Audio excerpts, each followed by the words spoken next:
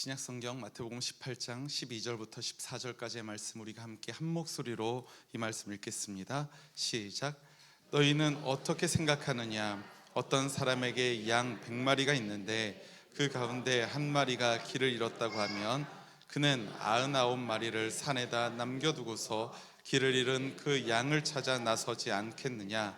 내가 너희에게 말한다. 그가 그 양을 찾으면 길을 잃지 않은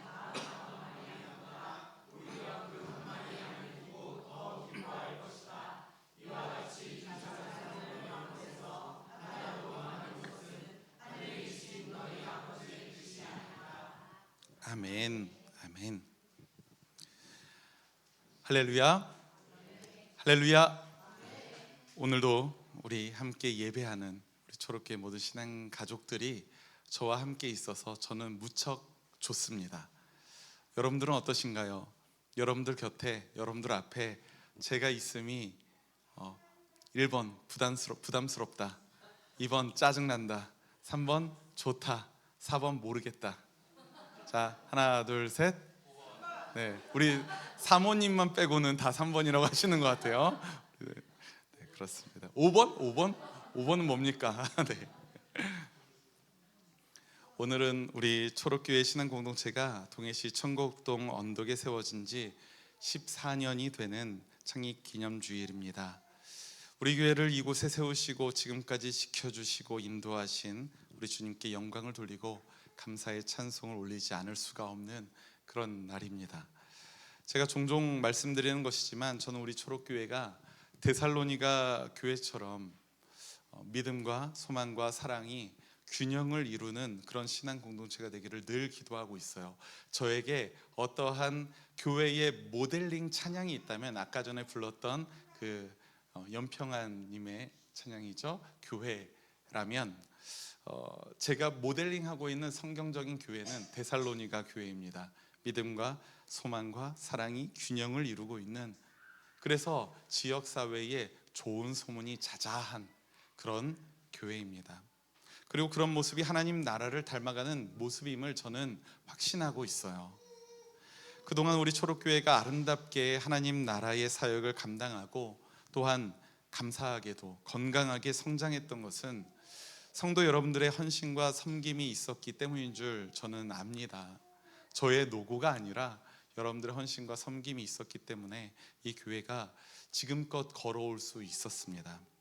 그 헌신과 섬김을 우리 주님께서는 잘 아시고요, 그에 합당한 위로와 축복을 저와 여러분들에게 베풀어 주시는 줄 믿습니다.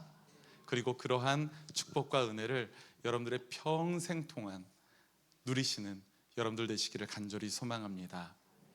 그리고 꼭 이 말씀 드리고 싶었는데요, 무엇보다 이 부족한 목사의 목회와 리더십을 여러분들이 너그러이 용납해 주셔서 정말로 감사합니다.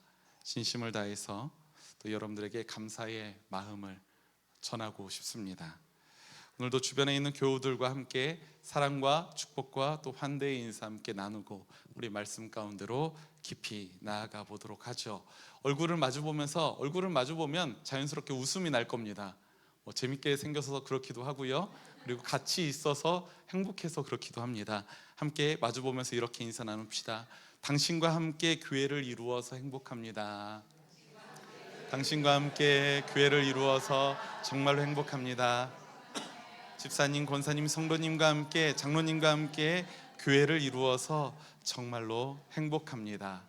저의 진심을 다해서 그렇게 전하고 싶습니다. 여러분들과 함께 교회를 이룸이 저에게는 정말로 큰 기쁨인 줄 믿습니다.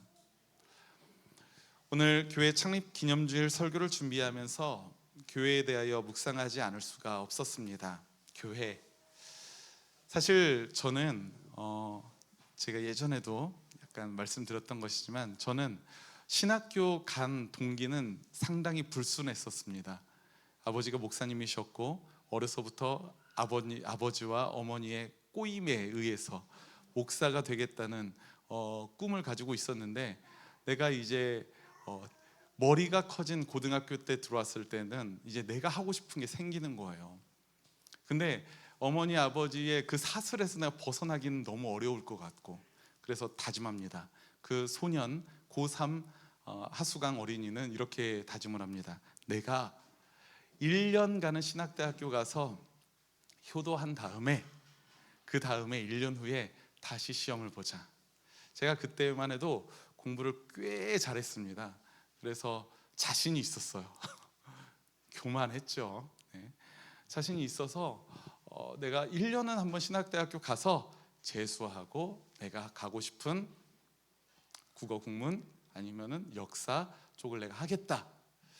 그리고 남을 가르치는 일을 하겠다. 그래서 제 어린 시절 꿈은 정확하게 평생 동안 글을 쓰고 평생 동안 가르치는 일을 하고 싶었습니다. 네. 굉장히 정적인 사람이었어요. 지금 돌이켜 보니까 그 길을 하고 있는 거예요. 좀 억울합니다. 그래서 내가 그냥 선생님 아니면 교수 이렇게 쓸 걸 괜히 그렇게 문학 소년이다 보니까 그렇게 풀어서 얘기했더니 돌이켜 보니까 목사도 그런 줄 몰랐어요. 저는. 근데 하여튼 이렇게 그 1년 동안에 하나님께서 제 마음을 돌이키시고 무엇보다 좋은 선배와 좋은 선생님을 만나게 하시고 또 그 당시에 제가 청파교회 김기성 목사님을 만나면서 저에게 어떤 목회의 소명이라는 것이 딱 생기고 예수님에 대해서 알아가면서 내가 이 예수님 이런 분이라면 내 평생을 이분을 위해서 바칠 수 있겠다. 그 정도로 매력적인 분이구나라는 것이 제 마음속에 깨달아지면서 어쩌다 하다 보니까 여기까지 왔습니다. 그런데 그러다 보니까 제 마음에는 이 교회라는 단어가 어떤 좀 큰 울림이 있는 단어예요. 목회를 평생 동안 하면서 교회만 생각하면 여러 가지 복잡한 감정이 저에게는 있다는 겁니다. 우리나라에만 해도 교회가 5만여 개가 넘는다고 합니다. 여기 굉장히 많죠. 절대로 적지 않은 숫자입니다. 교회마다 적어도 한두 명의 교인은 있을 테고요. 많으면 수백, 수천, 수만 명의 교회인이 소속되어 있을 테니까 교회에 속한 그리스도인의 숫자, 정확하게 말하면 교회에 속한 교인들의 숫자는 정말로 많을 것입니다. 그런데 요즘 저에게는 이 규모 면에서도 또 세력 면에서도 그 어느 조직에 뒤처지지 않을 이 한국 교회가 급격하게 영향력을 잃어가는 것이 저에게 체감이 되고 있어요. 아니 정확하게 말하자면 한국 교회의 선한 영향력은 점점 희박해져 가고요. 사회를 병들게 만드는 악한 영향력은 점점 강해지는 그런 느낌이 저에게는 있습니다. 교회가 희망이라고 말하는데 솔직히 세상 사람들은 그것이 와닿지 않는 상황에 이르렀다라는 진단이 수많은 학자들에게서 일어나고 있는 거예요. 교회가 자꾸만 세력을 키우려고만 하고 자꾸만 부자가 되려고만 하고 자꾸만 자기들끼리 뭉쳐서 과시하려고만 합니다. 자기 교회를 위해서는 무언가 늘 열심히 일하는 것 같은데 그 교회를 벗어난 그 외의 일에는 관심조차 갖지 않습니다. 너무도 자기 중심적인 존재가 되어버린 것이죠. 교회가 자기 중심적이 되어버린 겁니다. 너무도 자기 중심적인 교회. 근데 이 말을 한번 제가 곰곰이 생각해 보니까 설교 원고를 쓰면서 너무도 자기 중심적인 교회 딱 치고 이 문구를 제가 들여다 보니까 이 말이 굉장히 저에게는 이질적으로 느껴지더라고요. 왜냐하면 이 교회라는 것은 기본적으로 예수 그리스도를 구주로 믿는 믿음의 사람들의 공동체 아니겠습니까? 그들이 모여 있는 곳이에요.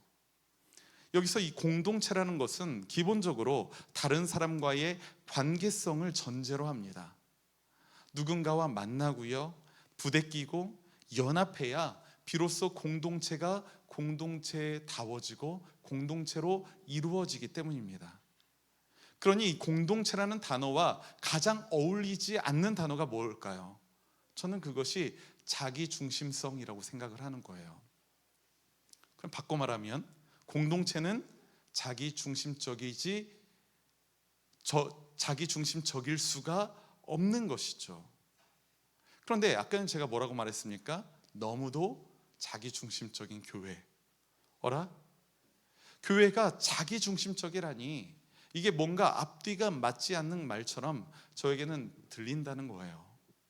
하지만 안타깝게도 오늘날 한국교회를 보면서 너무도 자기중심적인 교회, 이러한 평가를 저는 부정하기가 너무나도 어렵다는 진단에 이르렀습니다.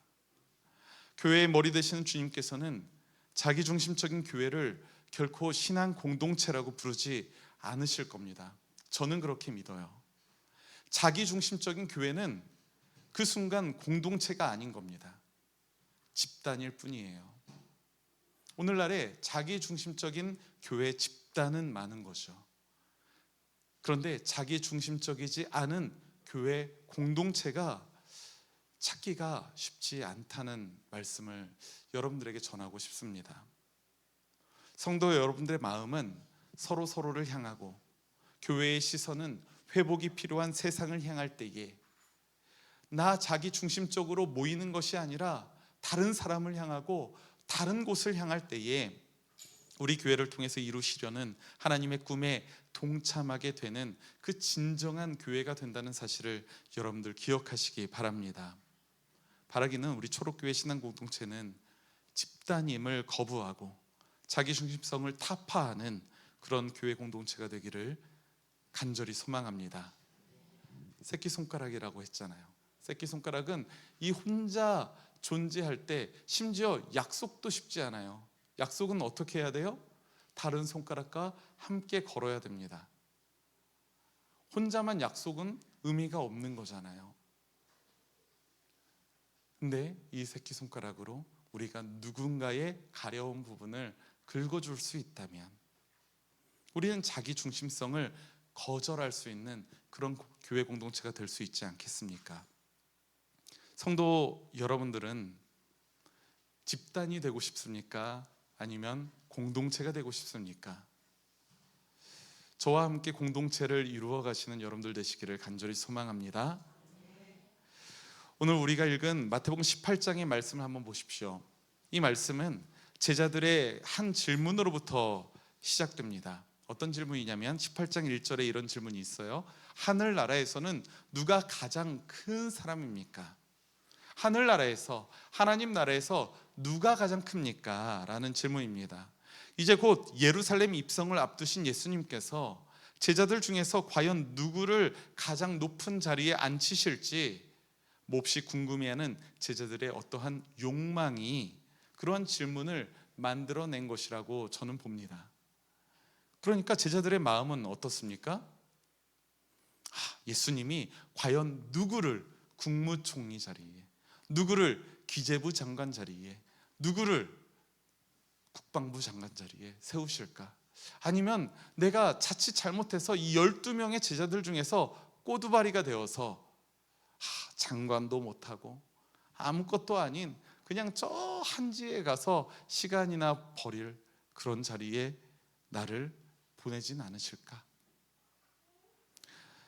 제자들은 예수님의 기준, 예수님이 누구를 쓰실까, 누가 크다고 이야기하실까, 그 기준을 너무나도 궁금해 했을 겁니다. 그래서 그들은 귀를 쫑긋 세우고 예수님의 답을 듣고 있습니다. 그런데 웬걸 예수님은 제자들의 기대와는 완전히 결이 다른 답변을 하고 계시는 거예요. 3절 말씀에서 이렇게 말합니다. 어린이들과 같이 되지 않으면 하늘나라에서 가장 큰 사람이 되기는커녕 하늘나라에 들어가지도 못할 것이다 라고 말하는 거예요. 하나님 나라에 가장 큰 사람이 되기를 내가 묻고 있는데 못 들어가요. 그러면 이거는 심대한 타격이지 않습니까? 그리고 이어지는 4절의 말씀도 있습니다. 우리 4절의 말씀 제가 주보에도 담아 놓았는데요, 우리 4절의 말씀 함께 읽겠습니다. 시작. 그러므로 누구든지 이 어린이와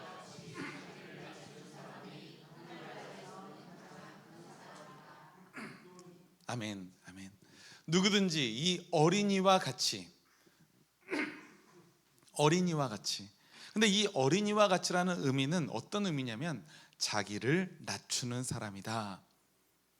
이 자기를 낮추는 사람이 가장 큰 사람이다 라고 예수님이 말씀하시는 거예요. 자기를 낮추는 사람이 어떤 사람인가요? 만약에 여러분들이 잘 아시는 세계적인 부호 이 빌 게이츠나 워렌 버핏이 우리를 만나서 이렇게 말하는 거예요. 여러분, 난 너무나도 가난해요. 나는 돈이 없어요. 라고 한다고 한번 생각해 보십시오. 그리고 만약 제가 너무나도 좋아하는 축구 선수가 리오넬 메시라는 사람이 있는데요, 역대급 가장 훌륭한 축구 선수라고 불리는 사람입니다. 그런데 이 메시가 제가 축구하고 있는 조기 축구에 와가지고 이렇게 말하는 거예요. 여러분, 나 축구 정말 못해요. 내 키 봐요. 나보다도 작잖아요. 170도 안 돼요. 나 축구 못해요. 라고 한다면, 자, 그렇다면 그들이 자기를 낮추는 사람이 된 건가요? 그들이 자기를 낮춘 건가요, 이게? 그렇지 않습니다. 이것은 자기를 낮추는 사람이 아니라 거짓말하는 사람이죠. 거짓말하는 사람인 거예요. 여기서 우리는 자기를 낮춘다는 말의 진짜 의미를 깨달아야 할 줄 믿습니다. 자기를 낮춘다는 것은 내가 원래 높은 사람인데, 내가 원래 잘난 사람인데 내가 그럼에도 불구하고 낮아지려고 노력한다라는 의미가 아니라는 겁니다. 우리는 흔히 그 오해를 해요. 나는 원래 꽤나 괜찮은 놈인데 내가 그럼에도 불구하고 당신을 위해서, 내가 공동체를 위해서 그럼에도 불구하고 내가 낮아져 볼게요. 이게 겸손이라고 생각을 하는 거예요. 근데 이 자기를 낮춘다는 것은 그것이 아닙니다. 자기를 낮춘다는 것은 나는 본래 낮은 존재라는 사실, 나는 본래 연약한 존재임을, 나는 본래 부족한 존재임을 인정한다라는 의미를 갖고 있다는 사실을 여러분들 기억하시기 바랍니다. 그러니까 자기를 낮추는 사람은 내가 연약하고 낮고 부족하다는 사실을 아는 사람이에요. 내가 본래 낮고 연약하고 부족한 존재이기 때문에 누군가에게 의존하는 것을 부끄러워하지 않습니다. 내가 누군가에게 의존하는 것을 받아들인다는 것입니다. 그것이 다른 사람일 수도 있고요, 그것이 나의 부모님일 수도 있고요, 누군가의 어른일 수도 있고요, 또는 그것이 나의 하나님일 수도 있죠. 하나님을 믿고 하나님을 의지하는 것이 나에게 부끄럽지 않음을 아는 사람. 한 어린이가 부모님과 어른에게 스스럼 없이 의존하는 것처럼 말입니다. 자, 여기까지 예수님의 답변만으로도 하늘나라에서는 누가 가장 큰 사람입니까? 라는 제자들의 질문에 예수님적인 아주 훌륭한 답변이라고 저는 생각이 됩니다. 하지만 예수님은 이렇게 말씀을 마치지 않으시고 한 걸음 더 나아가세요. 지금 제자들은 누구에게 관심이 있는 거예요? 자기 자신에게 관심이 있는 거예요. 내가 과연 어느 자리에 갈 것인가에 관심이 있습니다. 그런데 5절 말씀을 보십시오. 또 누구든지 내 이름으로 이런 어린이 하나를 영접하면 나를 영접하는 것이다. 여기서 말하는 어린이 하나는 누구를 말하는 겁니까? 기껏 낮아진 나를 말하는 건가요? 아니에요. 영접하면이라고 하잖아요. 그럼 영접하는 주체가 있을 것이고 영접을 받는 대상이 있을 것 아니겠습니까? 근데 어린 이 하나를 또 다른 사람으로 예수님은 상정을 해두고 있는 겁니다. 4절 말씀에서는 자기를 낮추는 어린이와 같은 그 한 사람에 대한 말씀이었다면, 이제 5절 말씀부터는 또 다른 어린이가 등장하고 있습니다. 그 다른 어린이를 영접하면 예수님을 영접하는 것과 같다라는 말씀이죠. 그리고 이어지는 말씀에서도 주님과 자신이라는 1대1 관계가 아니라 또 다른 사람과의 관계에 대해서 말씀하십니다. 6절에서 유명한 말씀이죠. 아무리 작은 사람이라도 그를 걸려 넘어지게 하는 사람은 차라리 연자 맷돌을 메고 바다에 빠지는 편이 낫다라고 하는 겁니다. 여기서도 마찬가지입니다. 주님과 나 사이에 또 다른 사람이 한 명이 있습니다. 10절 말씀에서도 마찬가지예요. 업신여기지 않도록 조심해야 하는 또 다른 작은 사람이 등장합니다. 이제 예수님의 말씀은 한 사람에 대한 말씀이 아닌 거예요. 또 다른 누군가, 주님과 나 사이에 또 다른 사람이 존재하고 있음을 예수님께서는 넌지시 알려주셨던 것입니다. 이 사실을 기억하면서 우리가 이어지는 예수님의 비유의 말씀을 묵상하면 더 깊은 울림이 여러분들에게 있을 줄 믿습니다. 함께 보면 12절의 말씀 함께 읽어볼까요? 12절입니다. 시작. 너희는 어떻게 생각하느냐? 어떤 사람에게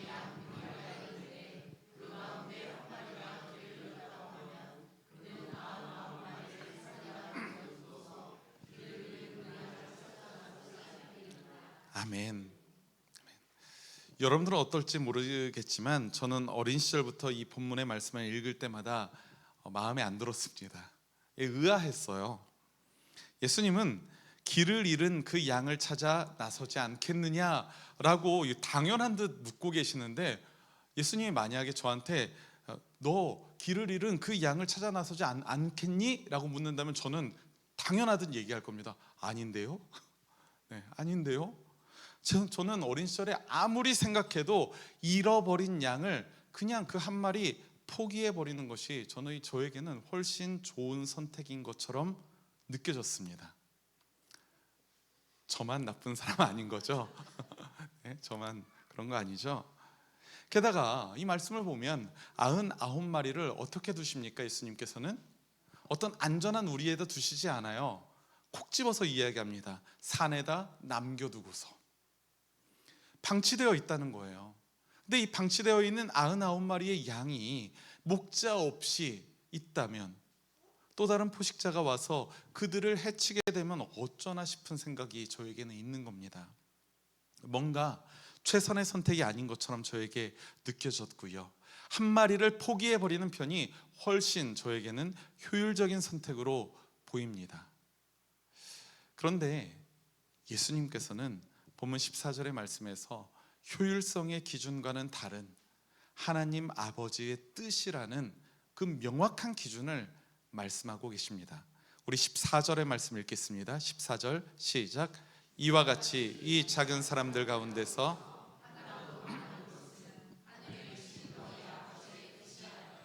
아멘.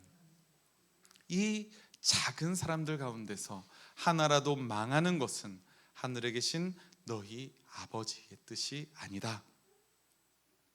마태복음 18장 내내 예수님은 하나님 나라에 대한 설명을 하고 계셨잖아요. 마태복음의 특징이 하나님의 나라를 하늘나라라고 이야기합니다. 그래서 영어 성경으로도 조금 달라요.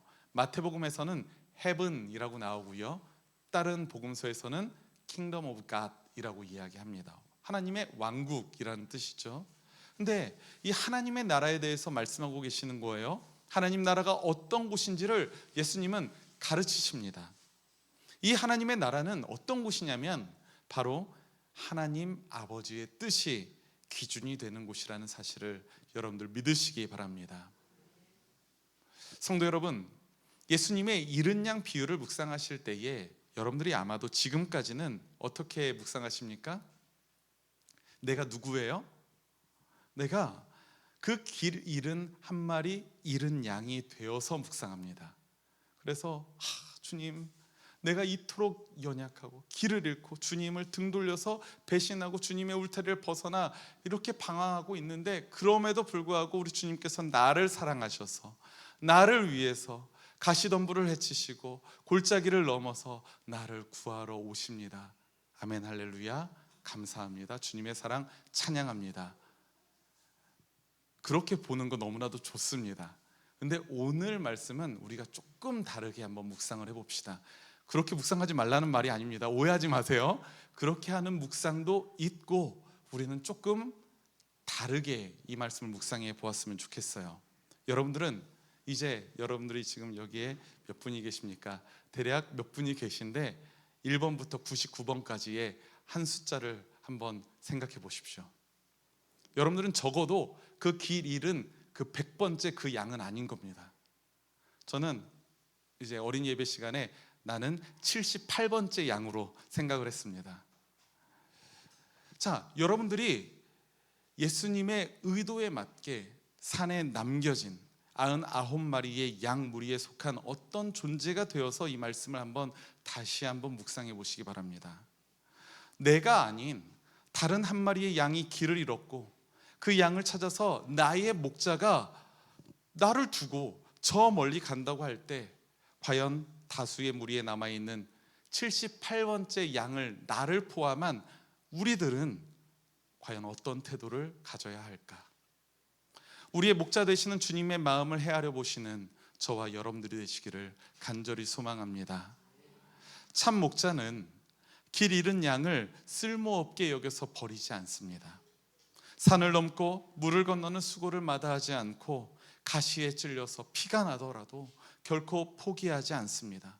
그 양은 목자의 양이기 때문입니다. 근데 그 양은 78번째 양일 수도 있고요, 100번째 양일 수도 있고 첫 번째 양일 수도 있습니다. 창립기념주일을 맞이하는 오늘 이 비유의 말씀을 통해서 교회 공동체를 묵상하시는 여러분들이 되시기를 간절히 소망합니다. 우리가 하나님의 뜻에 따르는 신앙 공동체라면 사람을 판단하는 기준, 특히 길을 잃거나 아픔에 빠진 사람을 판단하는 기준이 효율성이 되어서는 안 됩니다.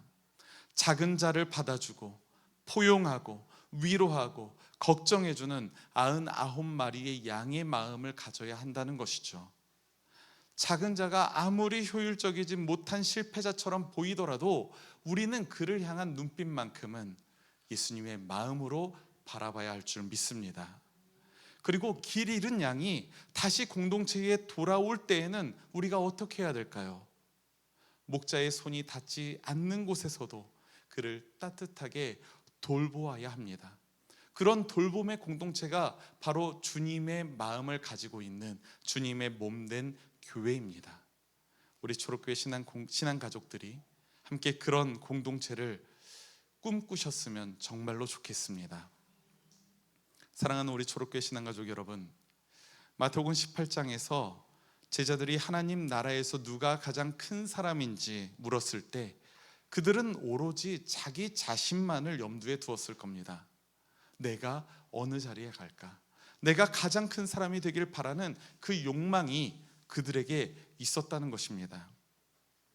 그런데 예수님은 자기를 낮추는 사람이 우리들의 공동체 안에도 또 있음을 일깨워 주시는 거예요. 정말로 약한 어린아이일 수도 있고요, 몸과 마음이 아픈 사람일 수도 있어요. 또 어떤 사정인지는 모르지만 슬퍼하고 힘겨워하는 사람일 수도 있습니다. 또는 지금 여러분들을 불편하게 만드는 사람일 수도 있고요, 그 사람만 보면 우라통이 터지고 짜증이 나는 사람일 수도 있습니다. 우리가 기억해야 할 것은 교회의 머리 되시는 주님께서는 그 누구도 버리지 않으신다는 사실입니다. 여러분들 믿으십니까? 여러분들은 주님께서 절대 버리지 않는 한 사람 한 사람 1번부터 100번까지의 양 중에 하나라는 겁니다. 그렇다면 우리에게 주어진 사명은 그 누구도 포기하지 않으시고 돌보시는 주님의 마음을 헤아리고 그 말씀에 순종하는 것임을 믿으시기 바랍니다. 바라기는 오늘 우리가 나눈 말씀이 우리 초록교회의 중심에 흐르는 하나님의 마음이 되기를 간절히 소망합니다. 그리고 우리 초록교회의 문화가 되기를 간절히 소망합니다. 잃은 양을 찾아 헤매는 목자의 마음처럼 작은 사람, 한 사람을 위한 따뜻한 돌봄이 있는 우리 초록교회 신앙 공동체가 되기를 주님의 이름으로 축원합니다. 오늘도 우리 함께 말씀을 기억하면서 주보에 있는 공동체의 기도, 우리가 진심을 다해서 한 목소리로 기도하겠습니다. 시작. 이 땅에 초록교회를 세우시고 교회를 통해 하나님 나라를 드러내기를 원하시는 하나님 감사합니다. 작은 자 한 사람을 효율성이라는 잣대로 평가하는 세상 속에서 우리는 하나님 아버지의 뜻을 헤아리길 소망합니다. 우리를 죄로 이끄는 지독한 자기 중심성을 거부하고 하나님 아버지와 우리들의 이웃을 바라볼 줄 아는 넉넉한 마음을 우리에게 주옵소서. 주님의 손과 발이 되어 하나님 나라의 전하는 복음의 전달자가 되게 하옵소서. 우리 초록교회가 하나의 집단이 아닌 신앙 공동체로서 주님의 기쁨 되길 소망하오며 우리 주 예수 그리스도의 이름으로 기도합니다. 아멘. 아멘.